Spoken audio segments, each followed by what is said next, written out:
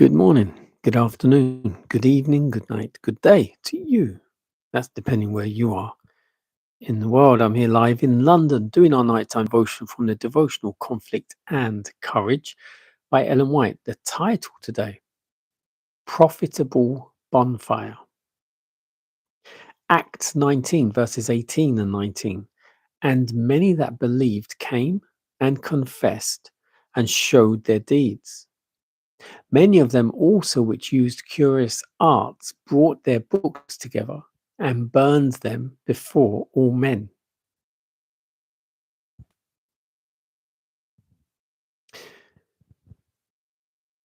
By burning their books on magic, the Ephesian converts showed that the things in which they had once delighted, they now abhorred. It was by and through magic that they had especially offended God and imperiled their souls. And it was against magic that they showed such indignation. By retaining these books, the disciples would have exposed themselves to temptation. By selling them, they would have placed them temptation in the way of others. They had renounced the kingdom of darkness, and to destroy its power, they did not hesitate at any sacrifice. Thus, truth triumphed over men's prejudices and their love of money. The influence of what had taken place was more widespread than even Paul realized. From Ephesus, the news had widely circulated, and a strong impetus was given to the cause of Christ. Long after the apostle himself had finished his course, these scenes lived in the memories of men and were the means of winning converts to the gospel. It is fondly supposed that heathen superstitions have disappeared before the civilization of the 20th century. But the Word of God and the stern testimony of facts declare that sorcery is practiced in this age as verily as in the days of the old time magicians. The ancient system of magic is, in reality, the same as what it is known as modern spiritualism. Satan's finding access to thousands of minds by presenting himself under the guise of departed friends. The magicians of heathen times have their counterpart in the spiritualistic mediums, the clairvoyants, the fortune tellers of today. Could the veil be lifted from before our eyes, we should see evil angels employing all their arts to deceive and to destroy. Wherever an influence is exerted to cause men to forget God, there Satan is exercising his bewitching power. The apostles' admonition to the Ephesian church should be heeded by the people of God today. Have no fellowship with the unfruitful works of darkness, but rather reprove them. Hence the title, Profitable Bonfire. So, in those days, dark magic,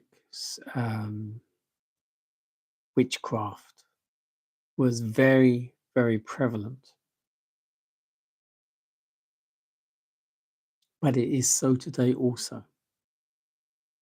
There's no difference from last year, yesterday, 1,000 years ago than there is today. Evil is still there just as much as it always was, maybe even more so now. And the reason I say more so is because society today is very, very heavily influenced by media and social media. And if you think about movies, music, dance, singing, There's a lot of witchcraft. There's a lot of spell casting. Sometimes you don't even realize it. You don't need to be a witch or a warlock or someone like that in a movie to cast spells. It happens in all the movies, in all the TV shows, in all the music, even just the music itself without the words. A lot of it can be spellbinding. And that's the phrase, a spellbinding. It is casting spells by the beats, by the arrangement of the music. And then you have to listen to the words of the songs.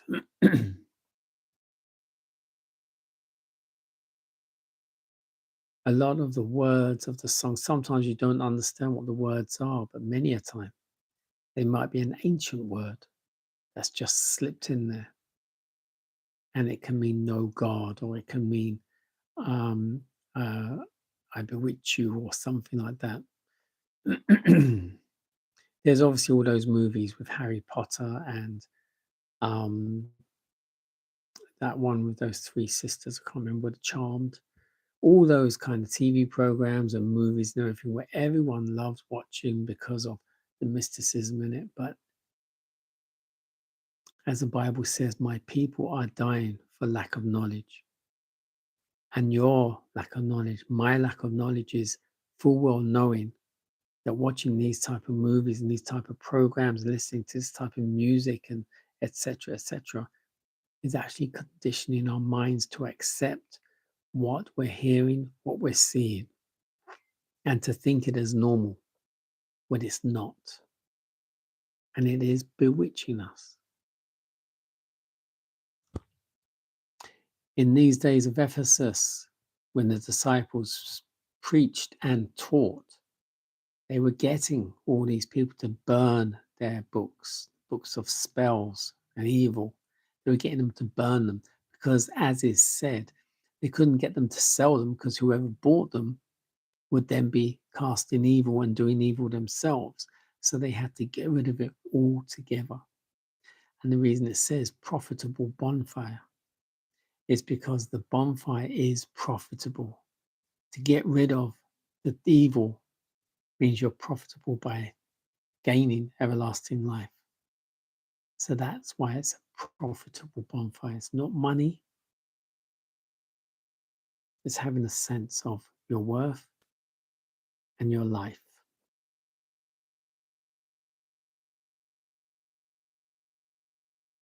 Satan is exercising all his bewitching power every moment of your existence.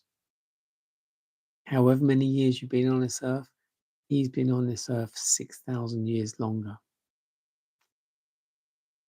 He knows who you are. He knows what you're doing. He can't be everywhere. That's why he's got his angels running around everywhere. But he hears from them about you. Yes, watching you all the time. But think about it this way. A third of the angels were cast out of heaven down to earth. That means 2/3 of heaven are still looking over us. For every one of the devil's angels, there's 2 of God's angels. We have double power. We just have to trust him, obey him, and believe in him, God the Father.